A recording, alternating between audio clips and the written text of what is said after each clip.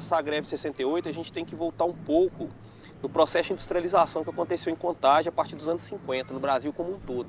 Contagem ele se torna um polo industrial importante para o sudeste brasileiro e para Minas Gerais, pela localização geográfica de Contagem. Contagem estava próximo das principais BRs que davam acesso ao Rio de Janeiro, a São Paulo e ao Espírito Santo. Contagem era uma cidade, na cidade industrial era uma realidade, era uma pequena cidade.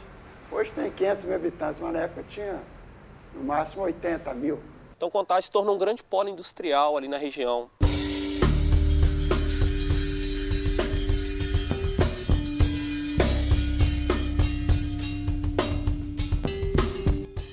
Nós tínhamos vivido um período rápido de expansão, de criação de uma cidade industrial, mas o comparecimento do Estado, o padrão educacional fornecido para os trabalhadores era muito precário. Os trabalhadores eram muito pobres. Havia muitos bairros que eram, a gente chamava loteamento clandestino. Os trabalhadores compravam por prestações muito pequenas, mas também não tinha luz, transporte, escola, saúde, nem urbanização. As condições de moradia, de mobilidade, de saneamento, os salários, a escolaridade das pessoas era muito baixa. E tinha muitas favelas.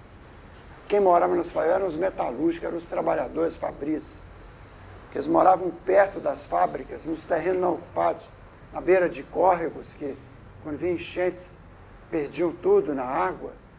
Moravam em habitações muito precárias, de péssima qualidade, mas ficava perto das fábricas. Havia sempre uma tradição na Belgo das pessoas se alimentarem em grupo, junto, no horário de almoço ou de jantar, conversando, entendeu? Rindo.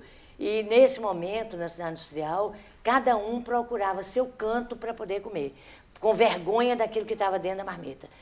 O nível de salário extremamente baixo, uma inflação que comia, né, todo o salário e não tinha condição de...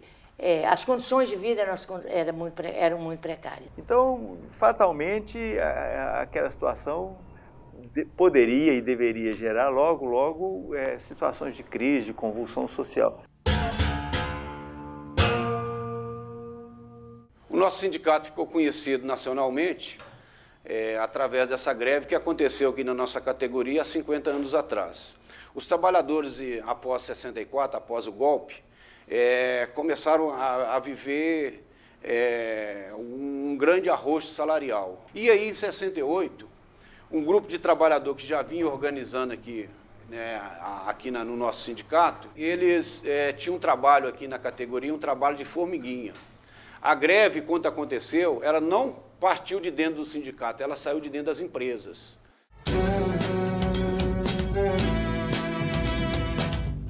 No governo Goulart, nasce uma esperança muito grande para o movimento operário, né, para o movimento trabalhador. E você tem que compreender também o papel do Partido Comunista, que sempre trabalhou de forma clandestina, né, ilegal, dentro do movimento operário. Quase todas as direções de sindicato tinham os participantes do Partido Comunista. Assim, não conhecido como tal, né? Era um trabalho clandestino. Com o golpe de 64, os sindicatos metalúrgicos ele começa a sofrer pela repressão, pela ausência de representatividade política, né? Você não podia mais se manifestar enquanto uma entidade sindical, por exemplo, né? Então você tem de 64 a 68 essa ausência e esse avanço das forças fascistas do governo militar sobre as organizações de trabalhadores. Em 67, o sindicato, a Delegacia Regional do Trabalho, começa a aceitar que possa se fazer uma eleição para tirar a interventoria do sindicato, né? Então nós aproveitamos a oportunidade e atuamos no sentido de construir a chapa. E aí a gente ganha as eleições. Mas qual é a nossa surpresa? Quando eles vão caçar o Enio Seabra. E aí você tem vários membros do sindicato que é caçado em 1967. Então eles começam a ser perseguidos ali. Você tem no Brasil inteiro o que a gente vai chamar ali de um período em que o governo ele faz alguns ajustes econômicos para favorecer a industrialização, e esses ajustes econômicos eles fazem com que os trabalhadores eles tenham uma precarização muito grande, principalmente de rendimentos, né? Então ali de salário, de reajuste salarial, você tem um congelamento dos reajustes salarial, um alto índice de inflação, então você tem uma precarização do poder de compra dos salários. Nós tínhamos a CLT, né, a antiga lei do Getúlio Vargas. Eles criam essa lei que altera completamente a negociação de salário dos trabalhadores. Então começa o que nós chamávamos naquela época de arroxo salarial. O trabalhador começa a perder poder aquisitivo. E o golpe militar, grande parte, foi para isso, para estabelecer uma superexploração dos trabalhadores. A ditadura da fábrica continua a mesma coisa, fazendo pressão nos trabalhadores, querendo que produz mais a capacidade, tirando um funcionário ou dois da seção e deixando só um para fazer a mesma produção. Então isso que é o pior nosso hoje, é isso. Então não acabou a ditadura, continuando a mesma coisa.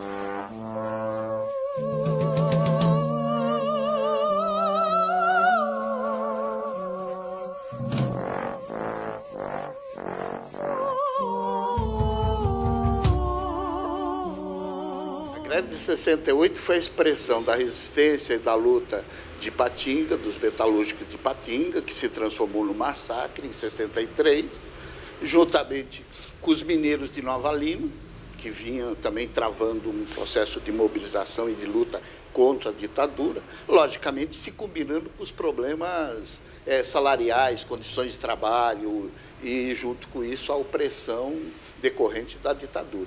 No dia do golpe militar, os mineiros de Nova Lima fizeram a greve de 2 dias e uma manifestação de rua, uma assembleia, e foram reprimidos.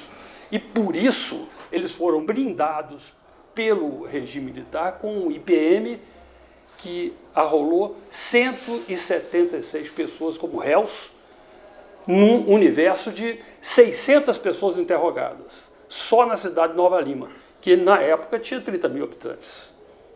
Foi o maior processo, o maior IPM realizado no Brasil pelo regime militar. Foi em Nova Lima. 1968, por um lado, foi o primeiro ano, onde nós vimos uma reação grande nacional ao golpe de 64. Essa reação se inicia em março, logo no início do ano, em março, quando há a morte do estudante Edson Luiz no Rio de Janeiro. E ela se estende praticamente por todo o primeiro semestre daquele ano. O ano de 68 foi um ano de grandes mobilizações estudantis e da intelectualidade democrática. E no bojo dessas mobilizações de caráter popular, o movimento operário jogou um papel de protagonista. Em geral, as crônicas sobre o regime militar, a história sobre o regime militar, realça apenas ou de maneira especial, privilegiada, as lutas estudantis. Mas é importante registrar que, sobretudo no caso de Minas, o principal protagonismo na luta contra a ditadura em 68 foi do movimento operário sindical. Naquele clima, um grande acontecimento em abril de 68 foi a inédita greve dos metalúrgicos de Belo Horizonte e a Contagem. Tornou-se símbolo da entrada do sindicalismo no chão das fábricas. A principal reação que o trabalhador tinha era a greve, né? É o instrumento histórico do trabalhador de enfrentamento ao capital, ao governo, ao patrão, né? Então ele começa a pensar que a única saída que ele tinha para sair daquela situação em que ele se encontrava era a greve.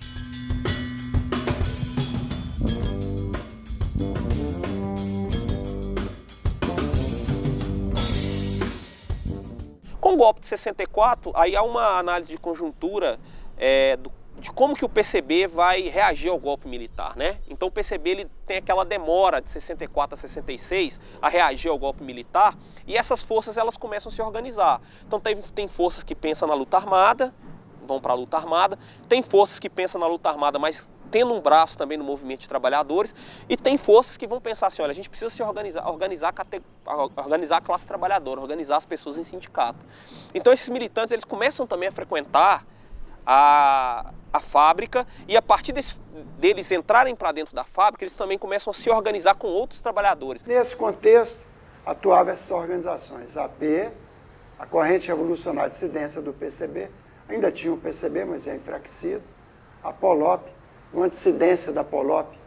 A POLOP passou a chamar Partido Operário Comunista. E teve uma dissidência, Comando de Libertação Nacional, que aderiu à luta armada. Esse grupo foi muito importante para a greve da Belgo Mineira, para desencadear a greve. Havia inclusive organizações, e eu acho que a principal delas era a Corrente, Corrente e a Colina, né? Porque a Colina que estava na Belgo Mineira, que representava e que queria uma radicalização, inclusive no sentido da luta armada. Nosso sonho é entrar na fábrica, e entrar mais do que entrar na fábrica, entrar em grandes usinas, em grandes empresas metalúrgicas. O sonho nosso era trabalhar com os metalúrgicos, que era a categoria mais organizada, mais forte. O Colina teve esse contato que deflagrou a greve. Na diretoria do sindicato ainda existia a presença da Corrente Revolucionária, que era um grupo originário do PCB, e que manteve base no movimento sindical e na direção do sindicato, na pessoa de Maria Imaculada, que era secretária do sindicato. E o próprio presidente do sindicato, o Antônio Santana, ele mais tarde se declarou como vinculado ao PCB. Mas, de qualquer maneira, é bom registrar que o papel preponderante foi da ação popular. O principal dirigente do comando de greve, que era o Enio, era militante da ação popular. Quando eu entrei no sindicato, lá para os anos 58, mais ou menos, 57, 58, já existia o movimento dos trabalhadores, né? E nós não criamos essa coisa, nós demos prosseguimento nos trabalhos que já existia. De acordo com a época, já existia um certo trabalho, onde é que prevalecia partido político, que a gente via falar muito, é o partidão. Eu trabalhei, né, na porta de fábrica, e a partir da porta de fábrica eu consegui, inclusive, um nível de organização da AP na cidade industrial, dentro da Belgo Mineira. O que era comum nessas organizações é que elas achavam que o enfrentamento à ditadura militar ela deveria vir do movimento de trabalhadores. Cada um deles tinha visões totalmente distintas, mas que havia essa presença de grupos políticos, de ideias políticas naquele movimento, havia. Ela chegou a dirigir o movimento? Não chegou. O movimento seguiu a linha política de A ou B? C? Não, também não. Mas que havia também algum tipo de interferência, nós podemos dizer que havia. Cada corrente achava que a sua corrente era verdadeira. E para mim todas eram verdadeiras, cada um agindo de uma maneira. Eu lembro que a gente lia o livro vermelho de Mao Tse Tung, a gente ficava lendo Trotsky, algumas orientações assim, né? Para mim não importava que linha que era, o que importava é que o que a gente estava pedindo era para mudar a vida do trabalhador.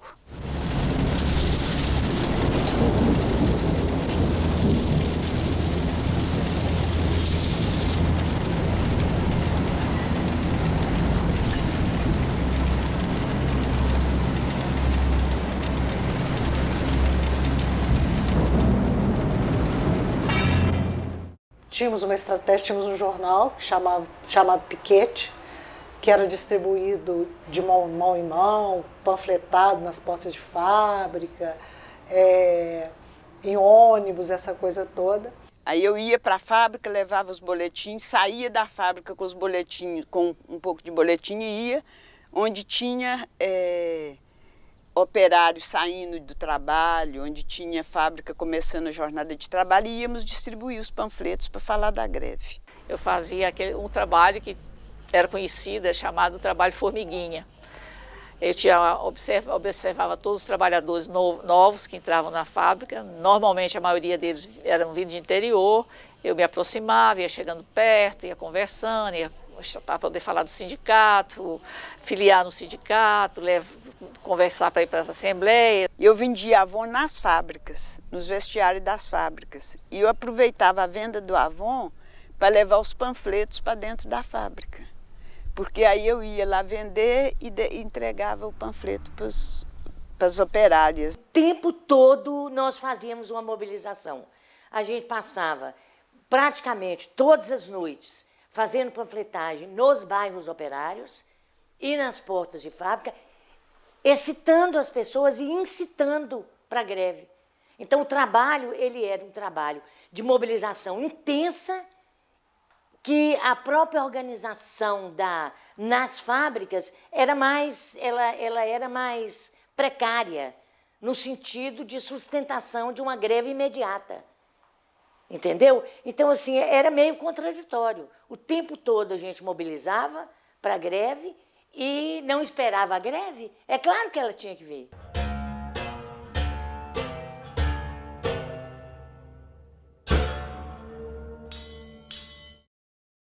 Foi uma greve, como todo movimento paredista vitorioso, com um impulso espontâneo. Mas isso não quer dizer que tenha sido uma greve puramente espontânea. Havia um fundo, um impulso espontâneo, mas a direção política da greve foi realizada pelo comando de greve, eleito em Assembleia Geral, no qual participavam militantes de várias organizações políticas, então já clandestinas. Foi uma greve não anunciada, surgiu no chão da fábrica, não foi decidida pelo sindicato, foi a revelia do sindicato. O sindicato não tinha controle sobre a greve. Apoiou, foi apoiar a greve, mas não tinha controle. Há uma espontaneidade no movimento, mas essa espontaneidade ela não é espontaneidade ingênua, daquelas pessoas que saíram de casa e falaram assim, vamos fazer uma greve. Essa postura do VEFOR, mais ou menos? Isso, é a postura do VEFOR, assim, que ele fala um pouco dessa espontaneidade, né? O VEFOR vai analisar isso como uma greve espontânea. E ela não foi desenvolvida dessa forma, porque ela estava o tempo todo, os operários estavam sendo o tempo todo incitados a isso.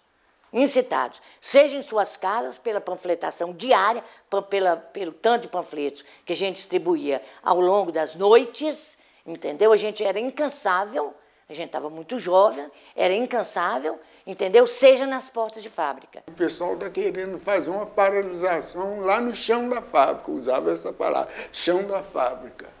Aí a gente falou, Joaquim, mas é uma responsabilidade bastante grande. Se nós fazemos uma greve, se não tiver um mínimo de maior organização e ela fracassar, esses que estiverem na frente vão sofrer, vão ser torturados, vão ser mandados embora.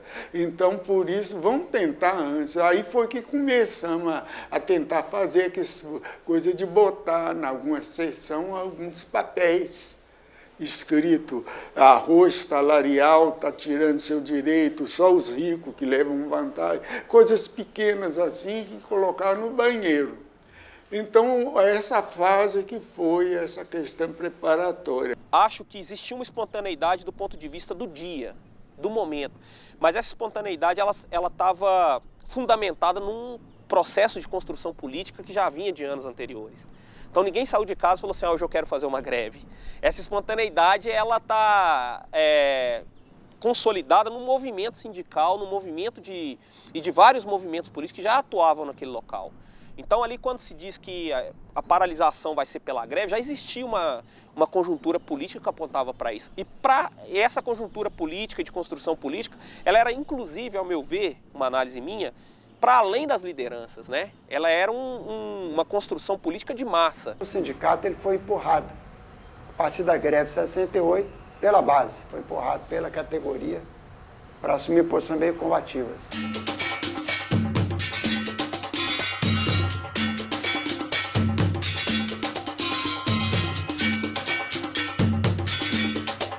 Havia um planejamento de que a greve ela ia ter uma eclosão da greve no 1º de maio, que era o Dia Mundial do Trabalho, né? Então a ideia era dos trabalhadores, né? Dia Mundial dos Trabalhadores. Então a ideia era que do 1º de maio saísse uma eclosão de uma greve. Essa greve não teve piquete, não teve preparação, não teve boletim prévio, não teve assembleia que a preparou, nada. Rompe com a lei de greve, não respeita a legislação, proibir a greve. Surge assim, de uma forma surpreendente, que aparentemente os líderes já estavam todos controlados. Surge sem rosto, sem líder, uma greve de anônimos, de lideranças anônimas, não conhecidas. Tinha muitos ativistas lá dentro, mas não eram famosos. A gente estava numa reunião aqui em Belo Horizonte, tinha vindo aqui, eu morava na cidade industrial, vim para uma reunião e nos pegou de surpresa, né? E aí foi pegar o carro andando. Começou no dia 16 de abril, né? Mas 5 dias depois, com a adesão de 20 empresas que pararam, já havia a repressão policial e com a ameaça do ministro ficou evidente que a luta reivindicatória se chocava com a política salarial do governo e com o esquema policial militar do Estado brasileiro.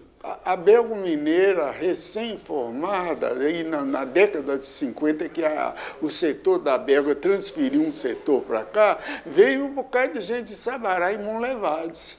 E alguns deles, a Monlevades foi um dos sindicatos que teve muita experiência de greve. Ela nasceu numa empresa que não tinha greves. Tinha lá em Sabará, onde ela existia, ou em Monlevade, onde ela era antiga. Mas na cidade industrial não era uma fábrica com tradição de luta. E lá que surgiu a greve. Surpreendeu a burguesia, porque eles não esperavam a greve ali. A Mannesmann era uma empresa que concentravam as esquerdas, o movimento organizado, né? E o fato é que a greve eclodiu na Bel, com muita força, surpreendeu a burguesia. Então você tem ali até o terceiro dia da greve, você já tem uma ampla adesão dos trabalhadores à greve. Você já pode dizer que já tem uma adesão em massa, assim. Você praticamente tem pouquíssimos trabalhadores que vão para a fábrica trabalhar. Pegou a cidade industrial como um todo, pegou a Mannesmann, que era a grande empresa, a maior empresa de Minas Gerais. Aquela época, depois só a Fiat que vai superá-la.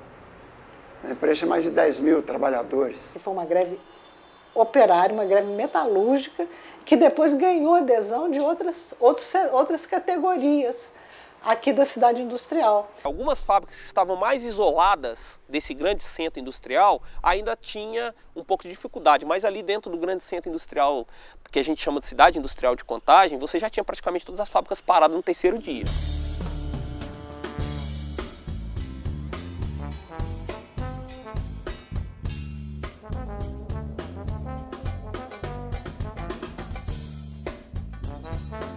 Não tinha um canal de negociação. O que nós vamos fazer?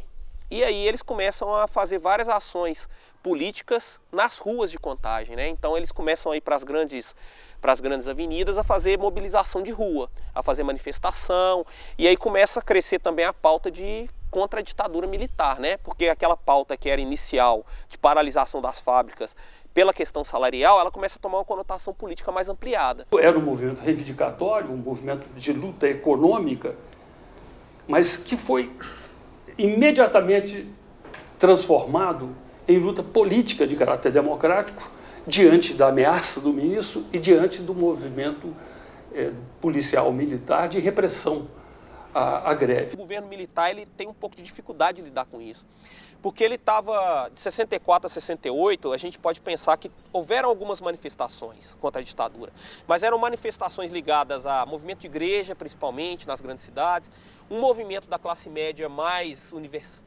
ligados às universidades, movimento estudantil, movimentos urbanos e, vamos pensar assim, de uma classe média escolarizada. Quando o governo militar ele começa a lidar com uma greve massificada e de trabalhadores, me parece que ele não estava tão bem preparado para isso. Essa greve foi de extrema importância porque pegou de surpresa o regime militar.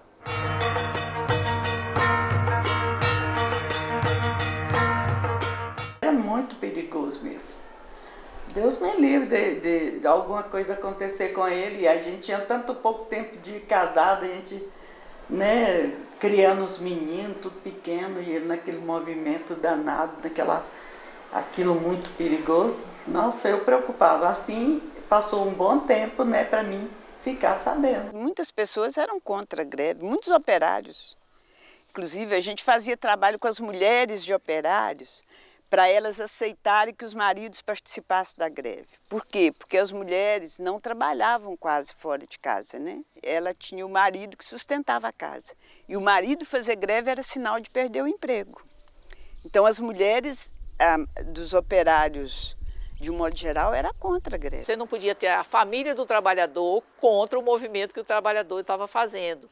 Então era necessário que existisse essa organização e todo esse trabalho de conscientização política dessas famílias para que ele não só apoiasse, mas compreendesse o que aquele trabalhador estava fazendo e ele fosse um ponto de apoio e de apoio moral até muitas vezes, entendeu?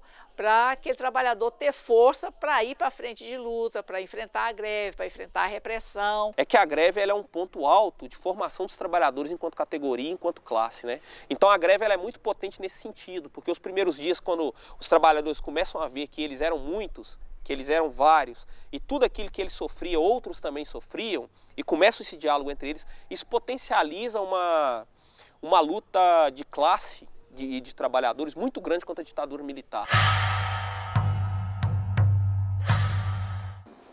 Quando a greve eclodiu, o próprio ministro do Trabalho, que era o Jarbas Passarinho, veio a Belo Horizonte para tentar conversar e dissuadir o movimento grevista. Foi uma tática pensada, foi uma posição sofisticada. Eles não queriam, naquele momento, bater de frente com o movimento grevista. Queriam demonstrar alguma flexibilidade, alguma capacidade de negociação. Eles queriam evitar que houvesse, sobretudo, a politização daquele movimento. Queriam evitar que houvesse uma contaminação do movimento operário pelas ideias que eles sabiam que existiam no movimento sindical, no movimento estudantil e também pela presença das organizações de esquerda, as quais, inclusive, estavam presentes, diluidamente, mas estavam presentes também naquele movimento. O Passarinho chegou a fazer uma reunião e fracassou. Saiu do discurso pacificador para agressão aberta contra o movimento. Então ele foi para os sindicatos, convocaram a reunião, e lá ele falou que aquilo era ilegal, que não poderia, de jeito nenhum, ultrapassar a legislação, que ela era dura, mas era necessária, não sei o quê, tá, aí o cara falou assim, eu não sei como é que é. A greve era ilegal, o companheiro levantou a marmita e falou assim, ilegal é a fome, bateu na marmita e aquilo teve uma repercussão fantástica.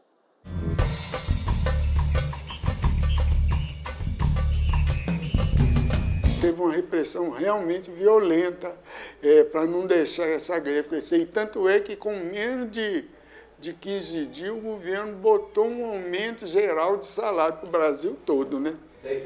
Esse é um dado que às vezes o historiador não leva em conta. Foi uma greve que significou uma mudança, o governo teve que abrir um caminho, né? Primeira derrota do arroz salarial. Passarinho anunciou um abono de 10%. Quebrou a lei do arroz salarial. A lei do arroz não permitia reajuste nenhum, reajuste zero. Havia reivindicações, havia o dissídio coletivos no Brasil inteiro, proibido aumentos. E aqui rompe com essa coisa, obriga a ditadura a dar um aumento para o Brasil inteiro, o Brasil todo, não foi só para aqui. Um abono, não era um reajuste. O abono ele não se incorpora ao salário, ele é como se fosse uma ajuda, mas foi uma concessão. Primeira vez que a ditadura fez uma concessão à classe operária desde 64, em abril de 68. Eles queriam contestar a ditadura? Não sei, podia ser a intenção de um ou de outro. Não importa a intenção. O que me importa é o resultado da ação. O resultado dela foi o ministro vindo aqui, o resultado dela foi 10% para todos os trabalhadores. E aí que eu digo que é um pecado a greve de contagem ter ficado tão subestimada durante tanto tempo, é que o famoso abono de 10%, abono Passarinho, foi um abono para todos os trabalhadores brasileiros, não foi um abono para contagem. A conquista dos 10%, ela se generalizou em nível nacional. E numa tentativa do regime, de impedir que esse processo que se desenvolvesse. Mas isso não foi suficiente, que logo depois teve a greve de Osasco.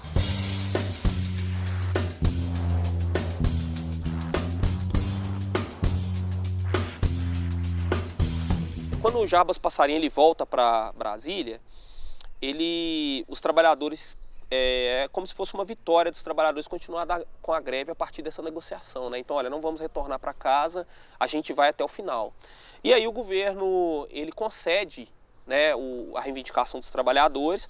Os trabalhadores têm aquele sentimento de vitória, né? Olha, a pauta principal na qual a gente reivindicou, que era o reajuste salarial, ele aconteceu.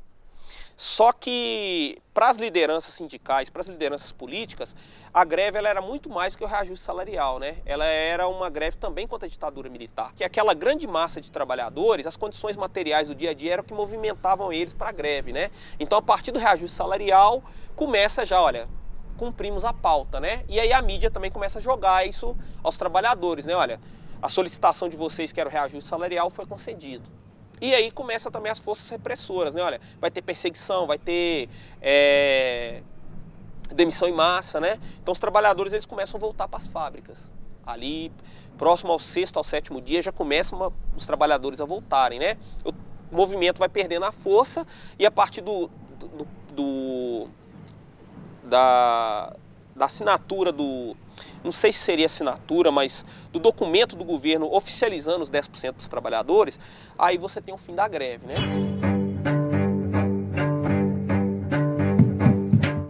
E no mês de junho vem a greve em Osasco, também tipo de contagem.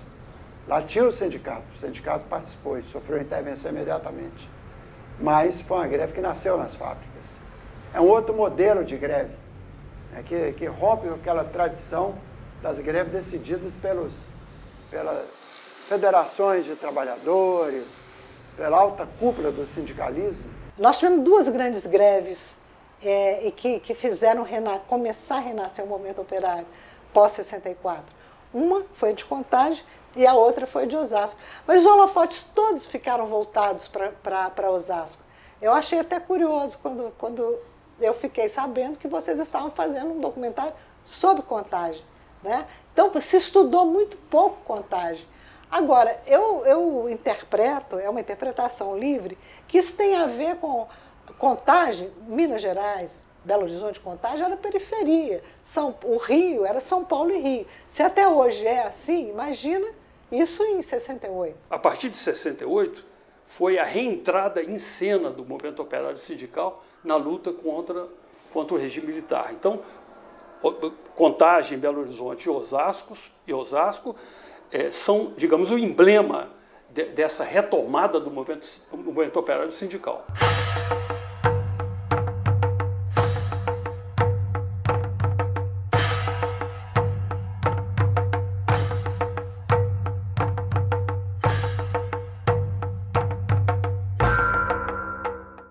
Em outubro do mesmo ano, houve outra greve, mas dessa vez preparada e menos espontânea do que de abril. Ela foi praticamente anunciada, por isso foi esmagada em 3 dias pela Polícia Militar. E a greve de outubro foi muito melhor preparada do que a greve de abril. Tanto é que no primeiro dia de greve já tinha várias empresas paradas, enquanto que a de abril foi um crescente de acúmulo de adesões. Mas a greve de outubro já começa com várias empresas paradas. Mas foi uma greve muito menor, muito menos significativa.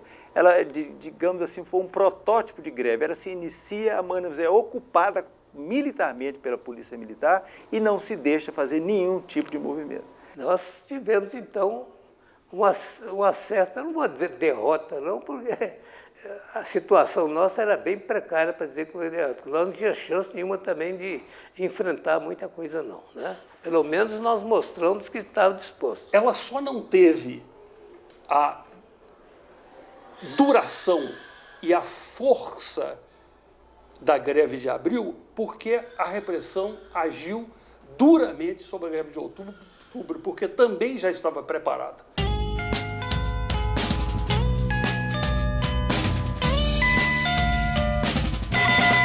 Enquanto não fizer um acordo de não perseguição e pagamento dos dias trabalhados, dos dias parados, ninguém volta ao trabalho, não. Isso aí é uma perda muito grande e uma derrota. A repressão foi muito forte depois, né? Deram um cacete muito sério, todo arrebentado lá da prisão. Logo depois da greve, foram 40 pessoas mandadas embora, imediato, entendeu?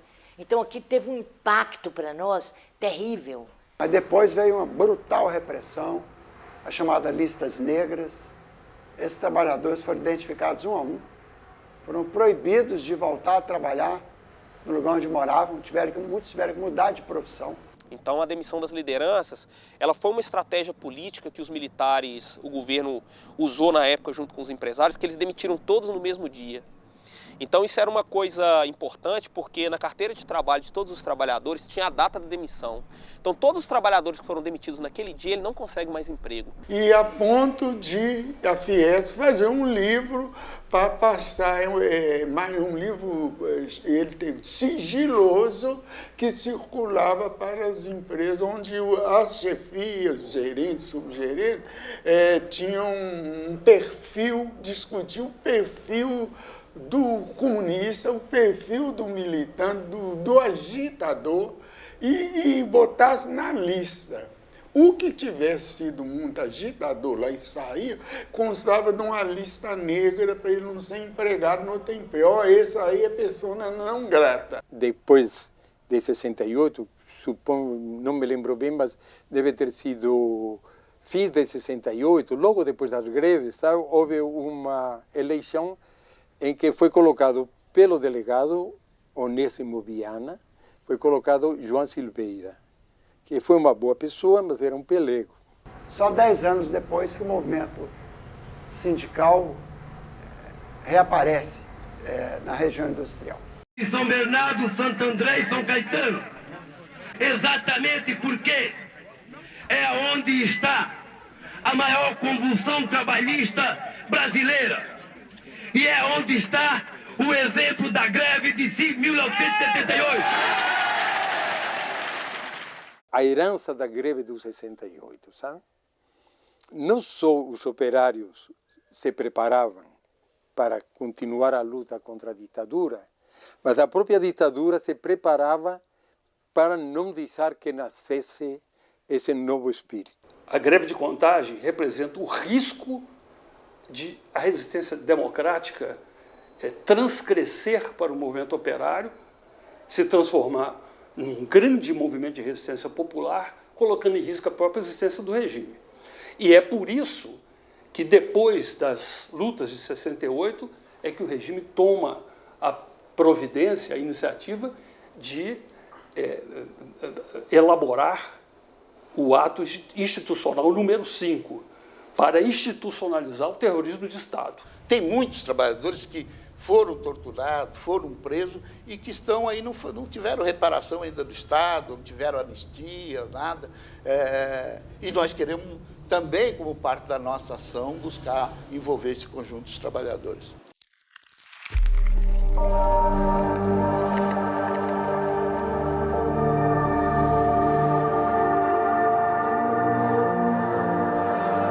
Começaram a surgir em todo o Brasil, em todo o lugar, mas o que eu conheci, os movimentos populares, que em Contagem aquilo foi tropical, sabe?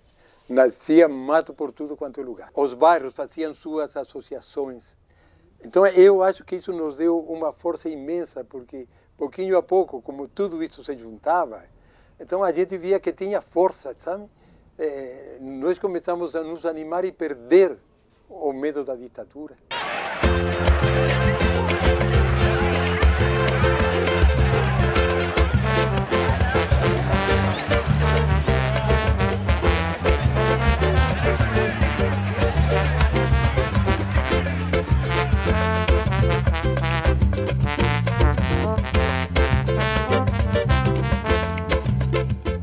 Debaixo de uma situação de ditadura, ela abre uma porta.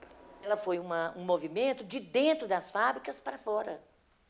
Então você não precisou de fazer piquete para obrigar os trabalhadores a parar. Cada dia a gente vinha, podia até ter tido para estimular, entendeu? Mas a adesão foi paulatinamente assim, olha, até fechar a cidade industrial todinha, sem precisar desse movimento de pauleira, de briga na porta de fábrica, porque ela foi de dentro para fora do sindicato. Essa foi uma outra característica que marca a história do movimento operário no Brasil, entendeu? Que até então era de fora para dentro, era do sindicato, do partido político, principalmente o partidão, que é quem vai orientar, né, o trabalho junto para dentro das fábricas, de fora para dentro.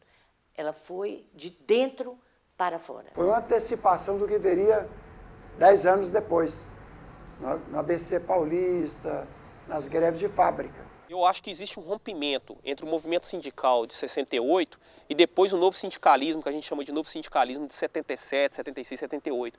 E o rompimento ele se dá pelo AI-5 e pela cassação de todos os movimentos de esquerda que vai de 68 a 73, 74 mais ou menos. Então todo mundo que estava no movimento social, no movimento sindical, ou foi morto, ou foi cassado, ou perdeu o emprego, ou exilou, né? Estava exilado. Então assim, há um rompimento, um rompimento desse movimento sindical, que era muito revolucionário e muito contra a ditadura militar, para esse novo sindicalismo que nasce em 78. Agora a cultura política de organização de greve, de massificação da greve, ela é muito... ele permanece no imaginário dos trabalhadores, né? Então se você pega, por exemplo, uma foto de 78 na ABC Paulista, e você pega uma greve de 68 em Contagem, você vai ver os grandes campos de futebol cheios, as pessoas se organizando nas greves, a massificação da greve, né? Então aquele movimento popular, do sindicato popular, ele é um grande legado do movimento 68 dos trabalhadores.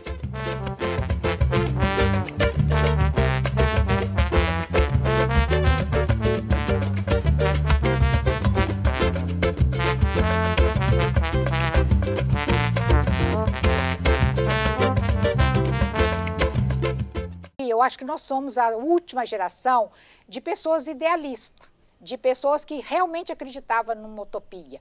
E ninguém ali estava preocupado com coisas pessoais, nem com carreira profissional, nem com vida pessoal. Nós estávamos entregues à luta.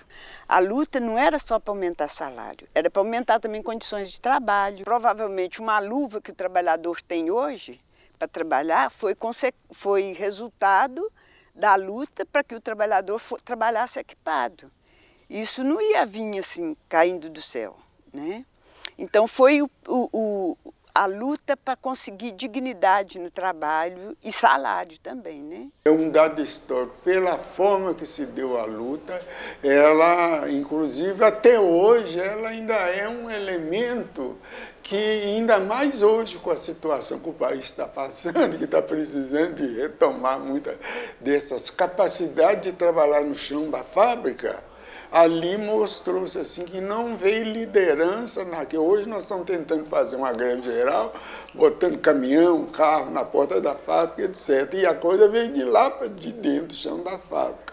Então foi esse grande exemplo que a classe operária, no caso da Belgo Mineira, depois Osasco, depois muitos outros deram, de capacidade de resistência e de sair da defensiva e ir para a luta de frente. E por outro lado, derrotou a política da ditadura. Foi a primeira grande derrota que a ditadura teve, né? Eu vejo aquela greve com uma ponta de orgulho, sabe?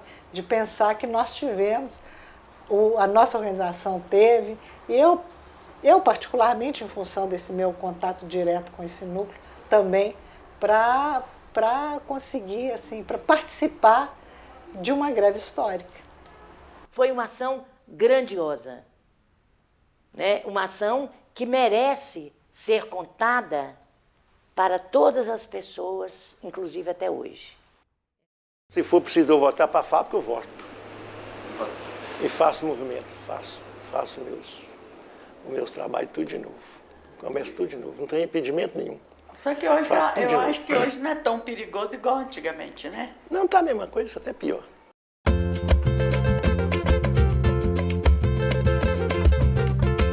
Foi num dia de abril, seco o céu esfumaçado, e a classe toda sentiu seu trabalho explorado, refilando intuiu a força do braço cruzado. Foi em 16 de abril que a voz de Mário Bento, Canela e Seabra se ouviu. Santana já bem atento, junto a Conceição viu. A luta em movimento foi numa terça de abril, ano de 68, que a cidade explodiu e saiu do antigo leito pra juntar-se aos 20 mil inconfidentes do seu jeito.